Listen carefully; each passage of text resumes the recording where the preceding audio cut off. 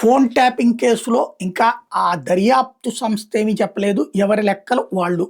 ఇందులో 1000 ఫోన్లు ట్యాప్ చేశారని, తెలంగాణలో 650 మంది కాంగ్రెస్ నేతల ఫోన్లు 2018 నుంచి 23 దాకా చేశారన్నటువంటి కోణాన్ని ప్రొజెక్ట్ చేస్తున్నారు.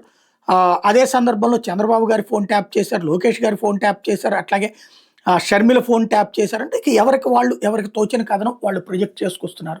ఒక్కటి ఖాయం, ఫోన్ ట్యాపింగ్ ఇప్పుడు కూడా జరుగుతూనే ఉంటాయి. ఆంధ్రప్రదేశ్లో ఉన్నటువంటి ఫోన్లు ట్యాప్ చేస్తేనే కదా 23 మంది వైసీపీ ఎమ్మెల్యేలు అడిపోయింది. అట్లాగే చంద్రబాబు నాయుడు ఫోన్లు ట్యాప్ చేయబట్టినే కదా ఆ రోజున వాయిస్తో సహా చూపించగలిగింది. అట్లాగే ఆనాడు ప్రభుత్వాన్ని కోల్చాలన్నటువంటి కుట్రను గురించి తెలుసుకోబట్టినే కదా రేవంత్ని అరెస్ట్ చేయగలిగింది. ఫోన్ ట్యాప్ చేయలేదని చెప్పడం అమాయకత్వం, అబద్ధం.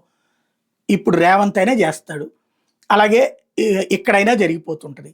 కాకపోతే దాన్ని దుర్వినియోగం చేశారా, సద్వినియోగం చేశారంటే కేసీఆర్ వాళ్ళు తీసుకొచ్చేసేసి ఎప్పటికప్పుడు సమాచారాలంతా జగన్కి చెప్పేవాళ్ళు. దాన్ని బేస్ చేసుకుని చంద్రబాబు మీద వ్యూహాలు పన్నాడంటే ఏం వ్యూహాలు పన్నాడు అక్కడ ఆయన ద్వారా ఆయన పాదయాత్ర చేసుకుపోయాడు.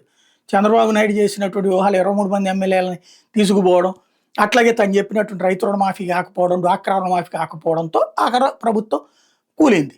దానికి ఏదో కుట్రలు చేసేశారు అన్నటువంటి అక్కడి నుంచి ఇక్కడికి రావడానికి కుట్ర జరిగింది. అసలు వాళ్ళ ప్రభుత్వాన్ని కూల్చడానికి కుట్ర జరిగితేనే కదా వాళ్ళు అక్కడి నుంచి ఈ కథ అంతా నడిపింది. ఎవరి మోరేల్ వాళ్ళది. కాకపోతే ఎవరి వాళ్ళకు అనుకూలంగా ఎదురు వాళ్ళని దొంగలు చేస్తూ రాసుకొచ్చే స్టోరీలు నడుస్తుంటాయి.